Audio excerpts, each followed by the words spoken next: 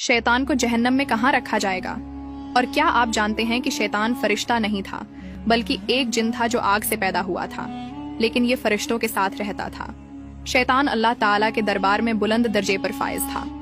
हजरत काब बिन अहबार रजिया अल्लाहु अन्हु का बयान है कि शैतान 40,000 साल तक जन्नत का खजांची रहा, 80,000 साल तक फरिश्तों का साथी रहा, 20,000 साल तक फरिश्तों को वाइज करता रहा, 30,000 साल तक अल्लाह के करीबी फरिश्तों का सरदार रहा और 14,000 बरस तक अर्श का तवाफ करता रहा। पहले आसमान में उसका नाम आबिद था, दूसरे आसमान पर उसका नाम जाहिद था, तीसरे आसमान पर उसका नाम आरिफ था, चौथे आसमान पर उसका नाम वली था, पांचवें आसमान पर उसका नाम तकी था, छठे आसमान पर उसका नाम खाजिन था और सातवें आसमान पर उसका नाम इजाजिल था और लोहे महफूज में उसका नाम इब्लीस लिखा हुआ था। शैतान अपने अंजाम से गाफिल और खात्मे से बेखबर था। जब अल्लाह ताला ने हजरत आदम अलैहिस्सलाम को सजदा करने का हुक्म दिया तो शैतान ने इनकार कर दिया और हजरत आदम अलैहिस्सलाम की तहकीर और अपनी बड़ाई का इजहार करके तकब्बुर किया। शैतान ने कहा कि मैं उससे बेहतर हूँ, मैं आग से बना हूँ और आदम मिट्टी से बना है, मैं उसको सजदा क्यों करूँ? उसी जुर्म की सजा में अल्लाह ताला ने शैतान को दोनों जहानों में मलून करार दे दिया और उसकी पैरवी करने वालों को जहन्नम में अजाब का मुस्तहक बना दिया। जब क़यामत का दिन आएगा तो हजरत इसराफील अलैहिस्सलाम सूर फूंकेंगे, जिससे तमाम जिन इंसान, जानवर, फरिश्ते और शायातीन मर जाएंगे।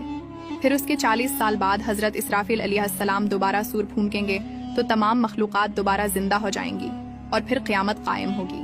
क़यामत के रोज तमाम नेक और बद को उनके अमाल के मुताबिक सजा और जजा दी जाएगी। अब बात करते हैं कि शैतान को जहन्नम में कहाँ रखा जाएगा। जहन्नम के 3 तबकात होंगे। पहले तबके में मुनाफिकीन होंगे, दूसरे तबके में वो लोग होंगे जो शैतान के पैरोकार होंगे और उसके पीछे चलने वाले होंगे। बरूज़ क़यामत शैतान इनसे भी भागेगा और ये कहेगा कि क्या मैंने कहा था कि मेरी पैरवी करो, आज मैं खुद को नहीं बचा सकता तो तुम्हारी क्या मदद करूंगा। जहन्नम में ऐसे लोगों का इमाम और सरदार शैतान होगा। तीसरे तबके में आम जाहिल कुफार होंगे, ऐसे कुफार जिन तक इस्लाम का पैगाम तो पहुंचा, लेकिन जहालत और उनकी जिद ने उन्हें इस्लाम से दूर रखा और वो दायरा इस्लाम में दाखिल नहीं हुए। दोस्तों, कुरान और हदीस में अल्लाह ताला ने शयातीन से बचने के कुछ तरीके बताए हैं। जैसा कि एक हदीस में जिक्र आता है कि जब कोई शख्स सोकर उठे तो वजू करे और 3 मरतबा नाक झाड़े, क्योंकि शैतान रात भर उसकी नाक के नथने में बैठा रहता है, जिससे आदमी पर सुस्ती गालिब आ जाती है। बस नाक झाड़ने से वो सुस्ती दूर हो जाती है। एक और हदीस में हुजूर अकरम सल्लल्लाहु अलैहि वसल्लम ने फरमाया कि जब गुस्सा आए तो आऊज़ु बिल्लाहि मिनश शैतानिर रजीम पढ़ लिया करो।